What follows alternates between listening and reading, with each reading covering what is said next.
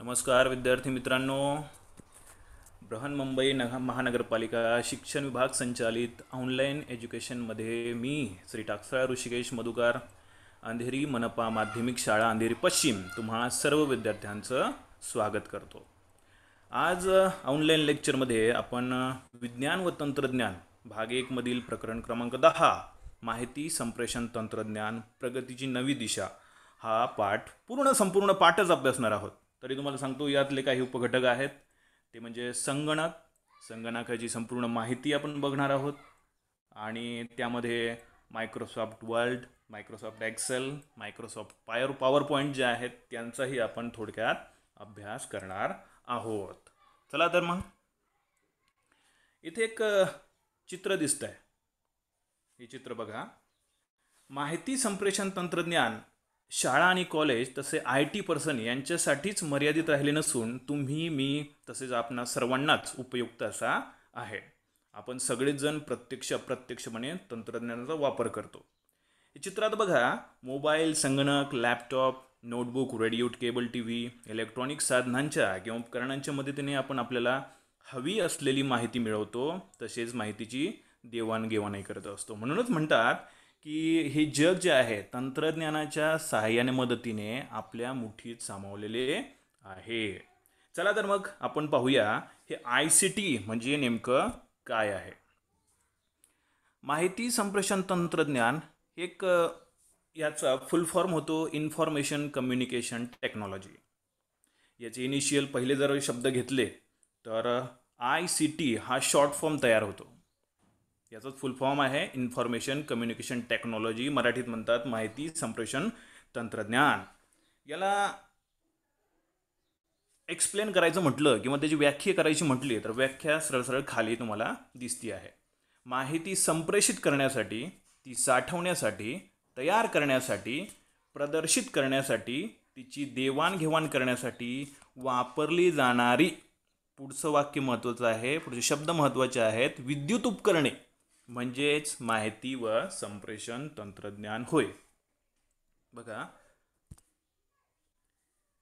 याबद्दल आणखी माहिती सांगायची तर माहिती आणि संप्रेषण तंत्रज्ञानाची माहिती एका स्थानावरून दुसऱ्या ठिकाणी माहिती तयार करणे, संग्रहित करणे, हाताळणे यासाठी इलेक्ट्रॉनिक माध्यम म्हणून फक्त त्याच्या सोप्या स्वरूपात, मग ते कोणतंही असो, ती कोणती माध्यमं आहेत ती आपण जरा बघूया, परिभाषित केले जाऊ शकतात. त्यामुळे संदेश वितरण जलद, अधिक सोयीस्कर, प्रवेश करणे सोपे आहे.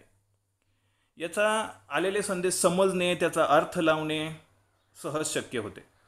हे सेलफोन, इंटरनेट, वायरलेस नेटवर्क्स, संगणक, रेडिओ, टेलिव्हिजन्स, उपग्रह, बेस स्टेशन्स इत्यादी सारख्या गॅजेटचा वापर करते. तुम्हाला म्हटलं मी आपल्याला पुढं साधनं बघायची आहेत.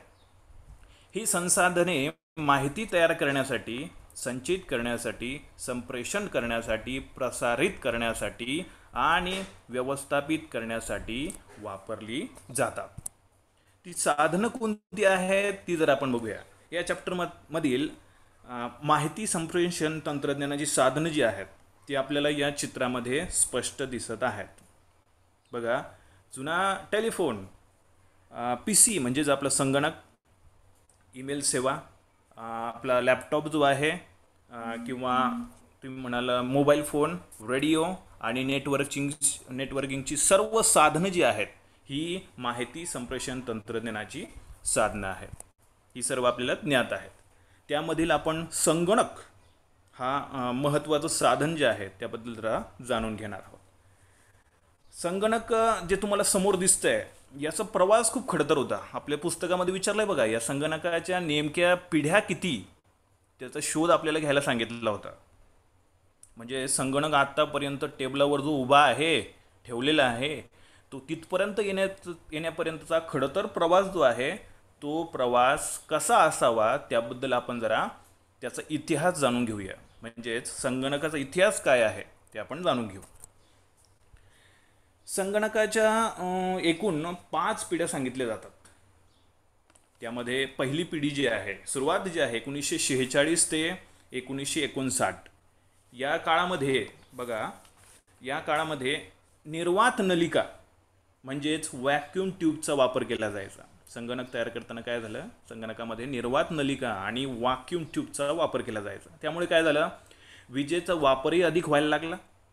संगणकाचा आकार तर खूपच प्रचंड होता, संगणकाचा वेगही कमी होता, आणि महत्त्वाचं काय आहे तर विजेचा वापर अधिक झाल्यामुळे उष्णता निर्माण व्हायची, त्यामुळे संगणक लवकर बिघडत असे. त्यामुळे या काळातील जे संगणक आहेत ते जास्त फायदेशीर आपल्याला नव्हते. परंतु नंतर 1969 ते 1963 सालामध्ये, म्हणजे ही दुसरी पिढी मानली जाते, यामध्ये काय झालं, यामध्ये व्हॅक्यूम ट्यूबऐवजी ट्रान्झिस्टरचा वापर होऊ लागला. यामुळे काय झालं, वीज साहजिकच कमी वापर होऊ लागला, वीजचा कमी वापर होऊ लागला. त्यानंतरची तिसरी पिढी सांगितली जाते 1964 ते 1971ची. यामध्ये हजारो ट्रान्झिस्टर्स, कॅपॅसिटर्स, रेजिस्टर्स एका लहान सिलिकॉन चिपवर कोरले गेल्यामुळे संगणकाचा आकार जो आहे तो खूपच कमी झाला. आणि साहजिकच याचा आकार कमी झाल्यामुळे वेगही वाढला असावा, म्हणजे वेगही वाढला. या ठिकाणी 1964-71 साली संगणकाचं रूपच पालटलं गेलं. यावेळी IC इंटिग्रेटेड सर्किट्स जे आहेत ती संगणकाला वापरली गेली. त्यातली चौथी पिढी सांगते, ही चौथी पिढी जी आहे ती मायक्रो प्रोसेसरचा जमाना म्हणून ओळखली जाते. या काळात मॅग्नेटिक कोअरऐवजी सेमीकंडक्टर मेमरीचा वापर होऊ लागला. म्हणजेच कम्प्युटरचा आकार अतिशय कमी झाला, किमतीही खूप कमी झाल्या. साहजिकच त्याची गती आणि कम्प्युटरमध्ये साठवलेली जी माहिती आहे, साठवण्याची मुळे आपल्याला माहिती आहे या काळामध्ये सर्वसामान्यांच्या घरात संगणक सहज आपल्याला पाहायला मिळाला. पाचवी आणि शेवटची पिढी 1990 ते आत्तापर्यंत. आता काय, आता पॅरलल प्रोसेसिंग आणि नेटवर्किंगचा खूप मोठ्या प्रमाणात वापर होतो व कम्प्युटरचा वेगही वाढला, त्याचा आकारही लहान झाला आणि साठवण क्षमताही वाढली. हे बघा, ह्या टोटल 5 पिढ्या ज्या आहेत त्या आपल्याला आता अभ्यासाला मिळाल्या. जुने संगणक जे आहेत ते आपल्याला पाहायला आता सध्याला तरी मिळत नाहीत. आता नवीन संगणकाचा जमाना आहे. पुढे बघूया आपण संगणकाची कार्यप्रणाली. या संगणकाच्या कार्यप्रणालीमध्ये संगणक म्हणजे नेमकं कोण, तर मानवाला बौद्धिक कार्यात मदत करणारे इलेक्ट्रॉनिक साधन, माहितीची देवाणघेवाण करणारे साधन म्हणजेच संगणक होय. आता तुम्ही संगणक बघा, लायब्ररीमध्ये किंवा ऑफिसेसमध्ये, सगळीकडे जवळपास सर्व ठिकाणी संगणक जे आहे तुम्हाला पाहावयास मिळतात. या संगणकात नेमकं कोणत्या भागांचा समावेश होतो ते भाग जे आहेत आपण जरा नीट अभ्यासूया. संगणकाचे महत्त्वाचे 3 भाग पडतात. एक आहे इनपुट डिव्हाइस, दुसरा आहे प्रोसेसर आणि तिसरा आहे आउटपुट डिव्हाइस. इनपुट डिव्हाइस म्हणजे काय, ज्या साधनाद्वारे आपण संगणकाला आज्ञा देतो किंवा ज्या साधनाद्वारे संगणकाला माहिती व सूचना पुरवितो त्याला इनपुट डिव्हाइस म्हणजे आदान उपकरणे असं म्हणतात. आदान उपकरणे म्हणजे देणे. उदाहरणार्थ कीबोर्डच्या सहाय्याने आपण त्याला इनपुट डिव्हाइस म्हटलं आहे. माऊस, स्कॅनरच्या सहाय्याने, मायक्रोफोन, बारकोड रीडर, टचस्क्रीन इत्यादी सर्व जे आहेत ते काय आहेत, इनपुट डिव्हाइस. त्यातले इनपुट डिव्हाइसमधले कीबोर्ड कसं इनपुट डिव्हाइस करतं, टायपिंग. तुम्हाला सर्वांना माहिती आहे कीबोर्डच्या मदतीने आपणास संगणकाला माहिती पुरवता येते, म्हणजेच सूचनाही देता येतात. कीबोर्ड सर्वांच्या लक्षात आहे किंवा सर्वांना माहीत आहे. पुढचा इनपुट डिव्हाइस जो आहे तो आहे माऊस. संगणकाला जलद माहिती पुरवण्यासाठी व सूचना देण्यासाठी माऊसचा वापर केला जातो. माऊस म्हणजे उंदराच्या आकाराचा छोटा एक साधन आहे, उपकरण आहे की ज्याद्वारे आपण संगणकाला सूचना पुरवू शकतो, म्हणून त्याचं इनपुट डिव्हाइसमध्ये स्थान आहे. पुढचा भाग जो आहे तो स्कॅनर म्हणून ओळखला जातो. स्कॅनरच्या मदतीने तुम्ही आत्तापर्यंत विविध वेगवेगळे पेपर्स जे आहेत ते या स्कॅनरमध्ये स्कॅन केले असतील. म्हणजेच संगणकाला फोटो, हस्तलिखिते, छापील मजकूर, चित्रे यांची हुबेहूब नक्कल जी आहे बाहेरून आत जो पुरवतो तो आहे इनपुट. म्हणजे स्कॅनर जो आहे ती सुद्धा इनपुट डिव्हाइस म्हणता येईल. पुढची स्लाईड बघा. डिजिटल कॅमेरा याच्या सहाय्याने आपण फोटो काढतो आणि हे काढलेले फोटो एक कॉर्डच्या सहाय्याने हे फोटो आपण संगणकात सहज साठवू शकतो. म्हणजे बाहेरून आत आदान क्रिया जी आहे या इनपुट डिव्हाइस म्हणून याला ओळखलं जातं, डिजिटल कॅमेरा. आणि पुढचा भाग जो आहे मोबाईल टच स्क्रीन. सुद्धा स्वतः मोबाईल नाही म्हटलंय, पुढे स्पष्ट शब्द आहे टच स्क्रीन. टच स्क्रीन म्हणजे दृश्य माहिती दर्शवणार, याला होणारा स्पर्श आणि तो कोणत्या जागी झाला हे समजू शकणारा इलेक्ट्रॉनिक पडदा. सगळ्यांना स्क्रीन तर माहिती आहे, आपल्या मोबाईलवर दिसतेच. ही इलेक्ट्रॉनिक पडदा जो आहे, टच स्क्रीन असलेल्या साधनाच्या पडद्याला हाताने किंवा आणि बोटाने आपण स्पर्श करून कमांड देतो. म्हणजे स्पर्श करून कमांड देतो. देण्याची क्रिया जी आहे ती सर्व साधनं जी आहेत ती इनपुट डिव्हाइस म्हणूनच गणली जातात. म्हणून मोबाईल टचस्क्रीनचा सुद्धा इनपुट डिव्हाइसमध्ये याला स्थान मिळालेलं आहे. पुढचा भाग बघूया. महत्त्वाचा आणि सर्वांना माहिती आहे किंवा माहिती असलाच पाहिजे असा भाग तो म्हणजे प्रोसेसर होय. सेकंड प्रोसेस आहे ही. यामध्ये दिलेल्या माहितीवर प्रक्रिया केली जाते.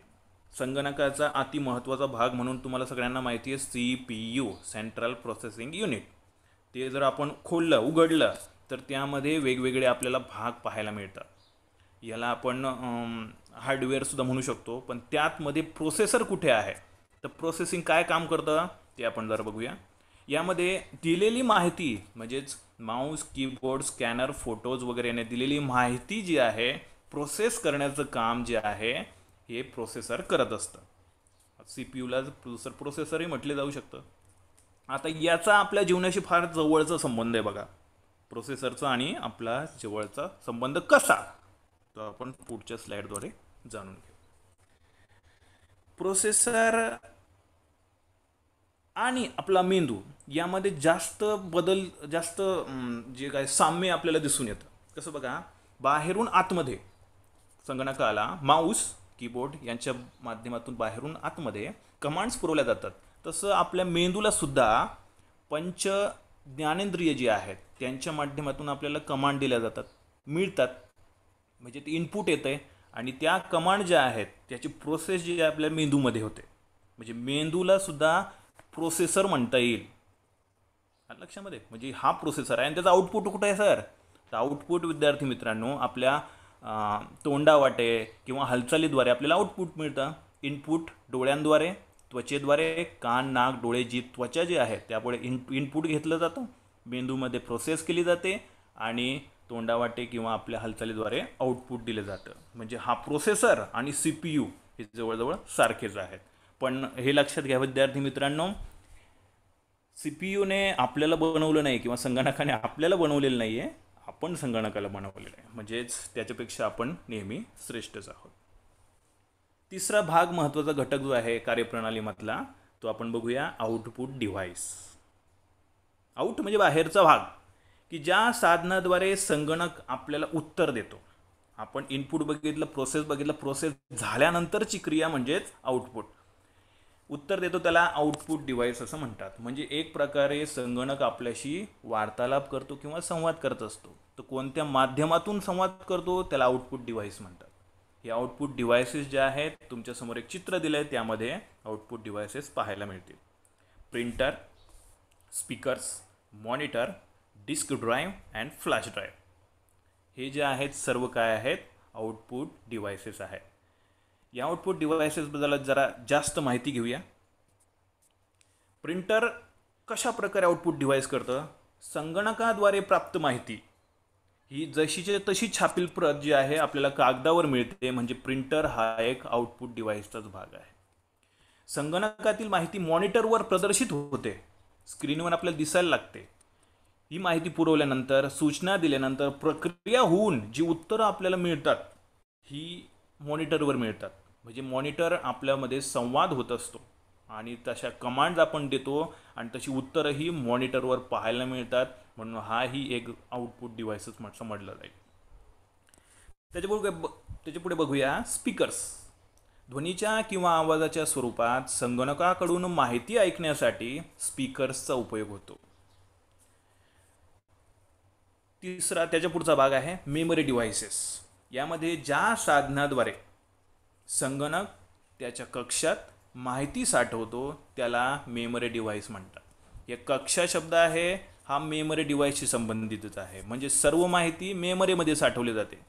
एक्झाम्पल मेमरी डिव्हाइसचे कोणते कोणते आहेत? Hard disk, USB data, magnetic tape, floppy disk, compact disk इत्यादीमध्ये माहिती साठवली जाऊ शकते. या मेमरी डिव्हाइसचे सुद्धा 2 प्रकार पडतात. ती कोणती आहे ते बघूया. पहिल्यांदा आपण ही मेमरी डिव्हाइसेस कोणती आहेत ती आपण बघूया. मी आत्ताच बोललो की याचे 2 डिव्हाइस जे आहेत, मेमरी जे आहेत ती 2 भागामध्ये विभाजित होऊ शकते.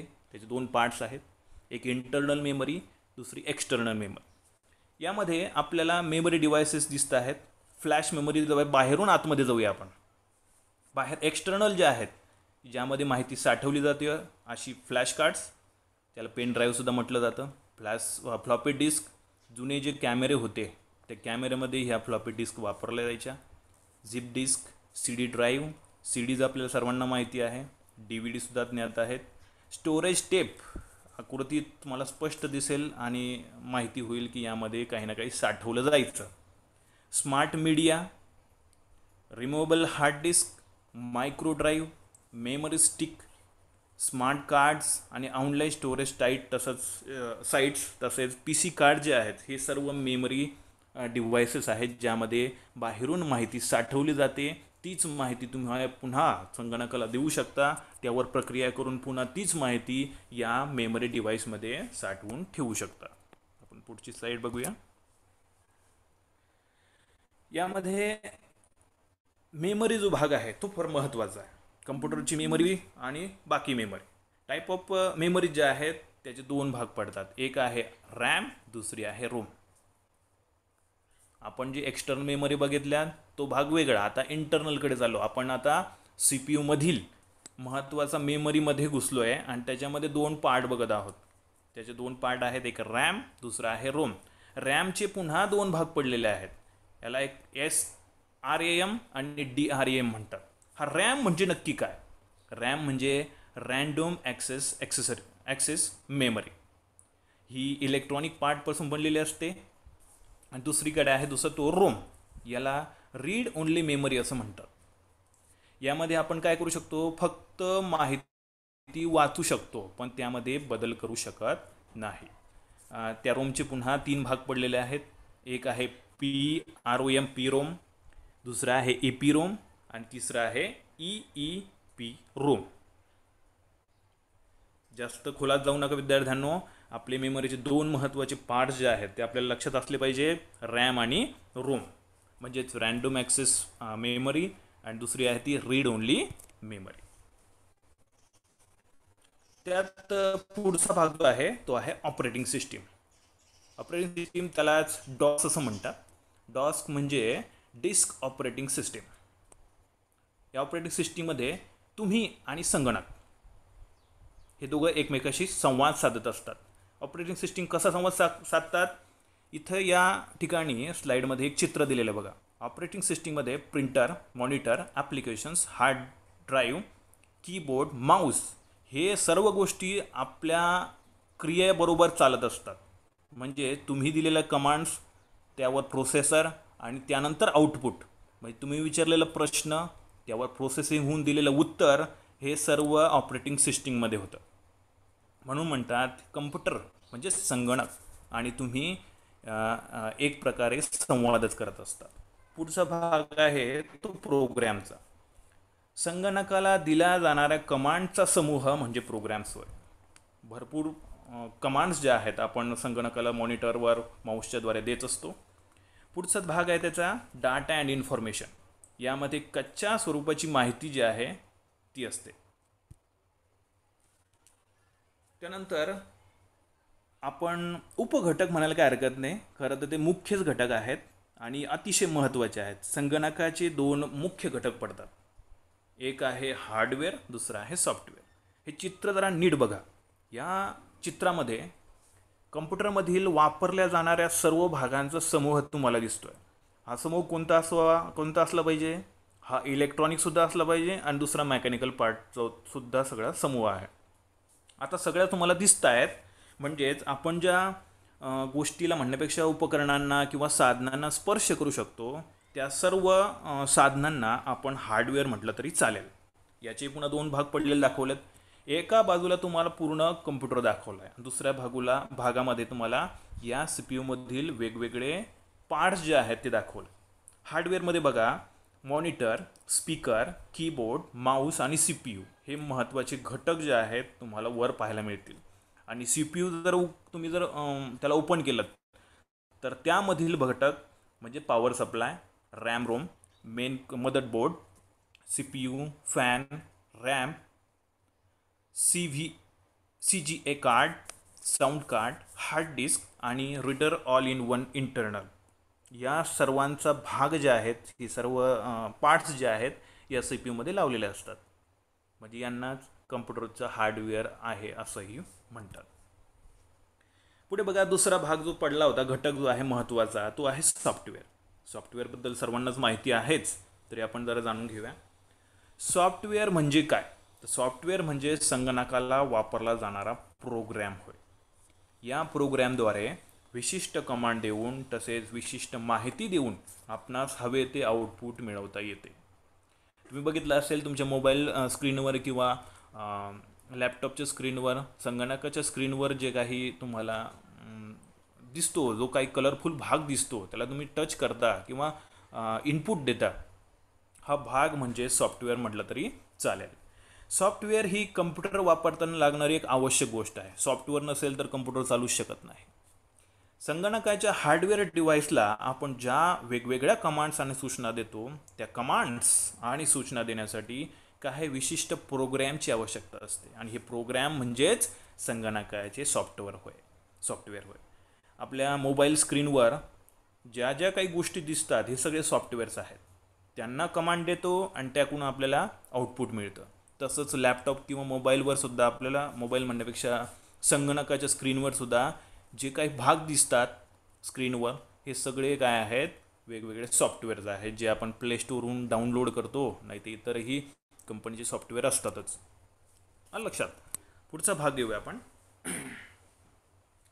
या पुस्तकातील जो उपघटक म्हटलो होतो मी की आपण Microsoft Word, Microsoft Excel, Microsoft PowerPoint यांची थोडक्यात जी आहे माहिती घेणार आहोत. पुढे बघा, मायक्रोसॉफ्ट वर्ड. तुम्ही प्ले स्टोअरमध्ये गेल्यानंतर मायक्रोसॉफ्ट वर्ड जे आहे कधी डाउनलोड केलं असेल, मोबाईलमध्ये चालतं आणि संगणकावरही चालतं. हे मायक्रोसॉफ्ट वर्ड म्हणजे नेमकं काय आणि कशासाठी वापरतात हे बघा. मायक्रोसॉफ्ट वर्ड हे एक लेखन संपादन म्हणजे लिखाणकाम करण्यासाठी कामकाजाचे उपयोजन सॉफ्टवेअर आहे. आता सॉफ्टवेअर बघितलं आपण, त्यातलं हे एक महत्त्वाचं सॉफ्टवेअर आहे. हे सॉफ्टवेअर मायक्रोसॉफ्ट कॉर्पोरेशन कंपनीने विंडोज व हे बघा इथे दिलं आहे प्रोग्रॅम. सॉफ्टवेअर म्हणजे संगणकाला वापरला जाणारा प्रोग्रॅम होय. आणि हा एक प्रोग्रॅम म्हणजेच कोणता? Microsoft Word. मायक्रोसॉफ्ट कॉर्पोरेशन कंपनीने विंडोज व मॅकिंटॉश OS X संगणक प्रणाल्यांसाठी बनवलेले व वितरलेले आहे. परंतु त्याचा वापर शिक्षणामध्ये होऊ शकतो हे आपण सिद्ध केलेलं आहे किंवा सिद्ध करून दाखवू शकतो. आता सर्वच डॉक्युमेंट्स जे आहेत ते बनवताना मायक्रोसॉफ्ट वर्डचा वापर केला जातो. पुढे जाऊया, नेमकं मायक्रोसॉफ्ट वर्ड कसं वापरतात तरी कसं ते आपण जरा बघूया. मायक्रोसॉफ्ट वर्डच्या सहाय्याने लेख व समीकरणे तयार करणे. त्यासाठी काय करावं? लेख आणि समीकरणं तयार कशी करायची ते आपण बघूया. पहिल्यांदा तुम्हाला तुमच्या डेस्कवर म्हणजे मॉनिटर जो आहे, पहिले साहजिकच तुम्हाला तुमचं संगणक चालू करावं लागेल. स्टार्ट केल्यानंतर तुम्हाला डेस्कटॉपवरील हे आयकॉन जे आहे त्या आयकॉनवर क्लिक करावं लागेल. हे आयकॉन क्लिक केल्यानंतर तुम्हाला फाईल टॅबमधील न्यू हे ऑप्शन निवडून ब्लँक डॉक्युमेंट हा पर्याय निवडावा लागेल. तो कुठे असतो ते आपण जरा चित्राद्वारे बघूया. यामध्ये बघा, हा फाईल टॅबमधील न्यू ऑप्शन निवडाले. ही फाईल टॅब आहे. कोपऱ्यामध्ये तुम्हाला जे ॲरो केलेलं दिसतंय ती फाईल टॅब जे आहे त्याच्यावर तुम्हाला क्लिक केल्यानंतर तुम्हाला न्यू हा ऑप्शन पाहायला मिळेल. तो ऑप्शन काय करतो बघा, न्यू डॉक्युमेंट. तुम्हाला ही फाईल टॅब दाबल्यानंतर न्यू डॉक्युमेंट हा ऑप्शन तुम्हाला स्क्रीनवर दिसेल. याला तुम्ही क्लिक केल्यानंतर माऊसने क्लिक करावं लागेल. ते क्लिक केल्यानंतर तुम्हाला स्क्रीनवरती एक कोरा पान येईल किंवा कागद येईल किंवा डॉक्युमेंट येईल.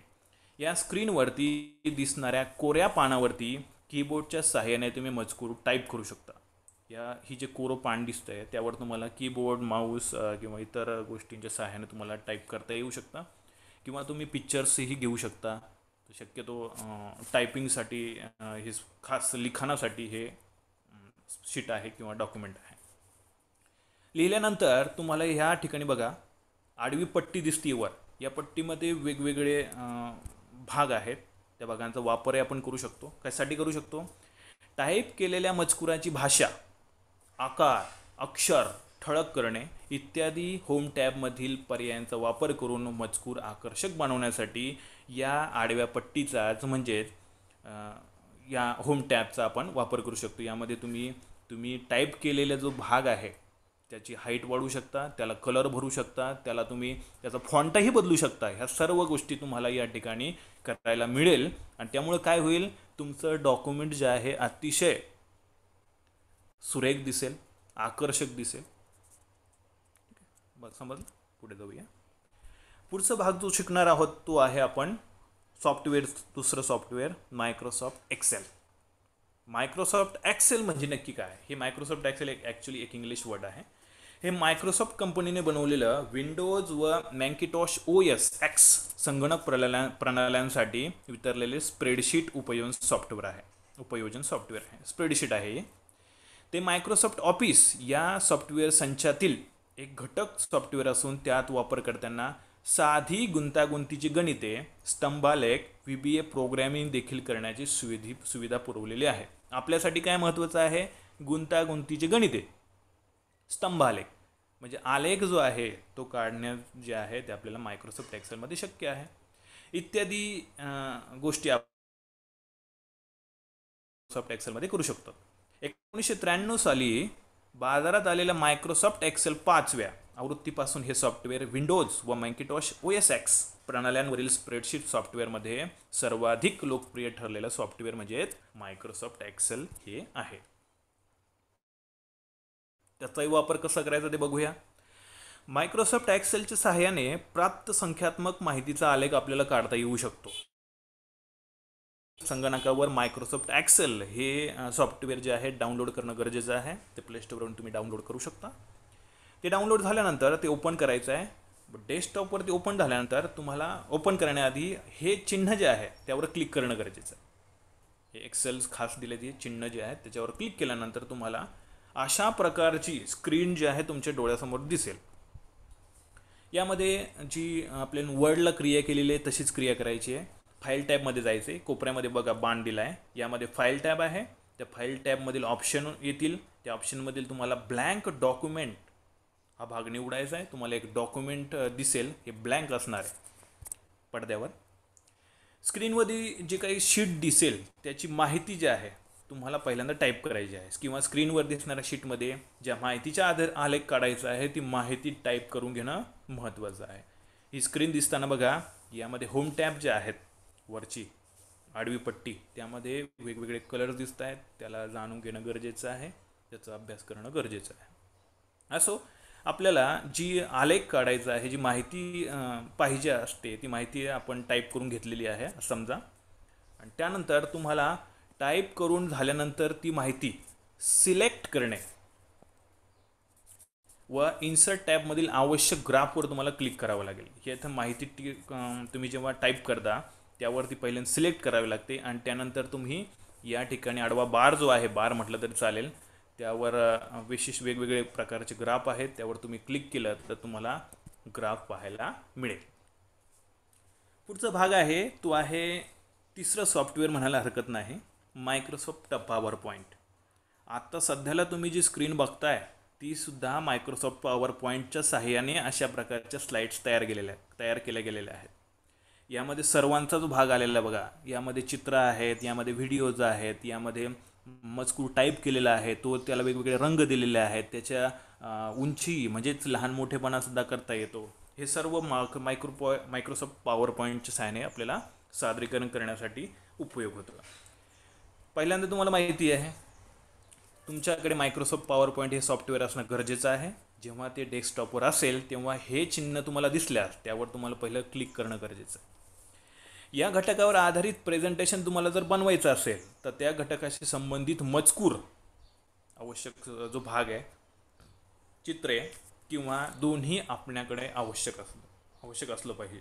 आता आपण आत्तापर्यंत जी क्लिप बघितली किंवा स्लाइड्स बघितल्या त्यामध्ये वेगवेगळे फोटो होते, वेगवेगळा मजकूर होता, चित्रे होती, अजून कलर्स होती. हे सर्व जे आहेत आपण मायक्रोसॉफ्ट पॉवर पॉईंटच्या मदतीनेच तयार केलेले आहेत. ती कशी तयार करतात ते हे आपण जरा बघूया. यामध्ये मायक्रोसॉफ्ट पॉवर पॉईंट जेव्हा ओपन होतं तेव्हा तुम्हाला स्क्रीनवर अशा प्रकारची स्क्रीन तुमच्या डोळ्यासमोर येते. त्यामधील फाईल टॅब जो आहे त्यामधील न्यू ऑप्शन म्हणजेच तिन्हीची प्रोसेस जवळ सारखीच आहे. कोपऱ्यामधील फाईल टॅबवर क्लिक करा, त्यानंतर ते ऑप्शन येईल. त्यामध्ये मग अशी ब्लँक डॉक्युमेंट निवडायचो, आता ब्लँक स्लाईड शब्द आला आहे. हे ब्लँक स्लाईड जे आहे ते आपल्याला निवडायचे आहे किंवा ब्लँक प्रेझेंटेशन जे आहे ते आपल्याला पहिल्यांदा घ्यायचं आहे. हे ब्लँक पेज आल्यानंतर काय करायचं आहे तुम्हाला, निवडलेल्या स्लाईडवर आपणास आवश्यक ती माहिती टाईप करणं व चित्र इन्सर्ट करणं गरजेचं आहे. इथे बघा हा जो आडवा बार दिसतो आहे त्याला होम पेज म्हटलं तरी चालेल, होम स्क्रीन किंवा होम बार म्हटलं तरी चालेल. त्यावर होम, इन्सर्ट, डिझाईन्स, ॲनिमेशन्स वेगवेगळे भाग जे आहेत तुम्हाला दर्शवलेले आहेत की जी तुम्हाला नेमकं तुमची स्लाईड कशी तयार करायची आहे. हे सर्व भाग जे आहेत वापरून आपल्याला अशा प्रकारे तुमचं प्रेझेंटेशन तुम्हाला तयार करता येऊ शकतं. लक्षामध्ये विद्यार्थी मित्रांनो, तुम्ही म्हणालात की एवढं सगळं आपण शिकलो सर, पण याचा आपल्या जीवनामध्ये नक्की काय फायदा आहे, तर तोही आपण बघू शकतो. तुम्हाला सर्वांना माहिती आहे संगणक व इंटरनेट वापरून शिक्षक व विद्यार्थी पुस्तकी ज्ञानाचे पलीकडे जाऊन त्याच्या विषयाशी तसेच इतर विषयाशी संबंधित माहिती आपल्याला सहज मिळू शकते व त्यामुळे आपलं साहजिकच ज्ञान वाढतं. आत्तापर्यंत शिक्षण केंद्रित असणाऱ्या शिक्षण पद्धतीत नवा बदल घडून आलेला आहे. आत्तापर्यंत शिक्षक विद्यार्थ्यांना ज्ञान देत असे, मात्र आता विद्यार्थी स्वतः इंटरनेटचा वापर करून सुद्धा घरच्या घरी माहिती मिळू शकतो व ती आपल्या मित्रांनाही वाटू शकतो. म्हणजे शिक्षण पद्धती हळूहळू शिक्षार्थी केंद्रित होत चाललेली आहे. लक्षामध्ये अजून म्हणायचं ठरलं तर माहिती व दळणवळणाच्या साधनांमुळे विद्यार्थ्यांचा शिक्षणातील रस आपोआप वाढत चाललेला आहे. मग तो मोबाईलच्या साधनाने असो किंवा लॅपटॉप किंवा संगणक असो, यांचा वापर जेवढा तुम्ही जास्त कराल तेवढं तुमच्या ज्ञानामध्ये भर पडत जाईल. इंटरनेटच्या सहाय्याने तुम्ही माहिती गोळा करून तुमच्या मित्रमैत्रिणींना दिली पाहिजे आणि ज्ञानात भर घातली पाहिजे. साहजिकच तुम्हाला हे प्रकरण पूर्ण कळालं असेल. धन्यवाद. कुणाला काही प्रश्न विचारायचे असतील या प्रकरणावर आधारित, अगदी थोडक्यात मी हे प्रकरण सांगण्याचा प्रयत्न केलेला आहे. ICT इन्फॉर्मेशन कम्युनिकेशन टेक्नॉलॉजी यावर काही प्रश्न असतील तर तुम्ही विचारू शकता.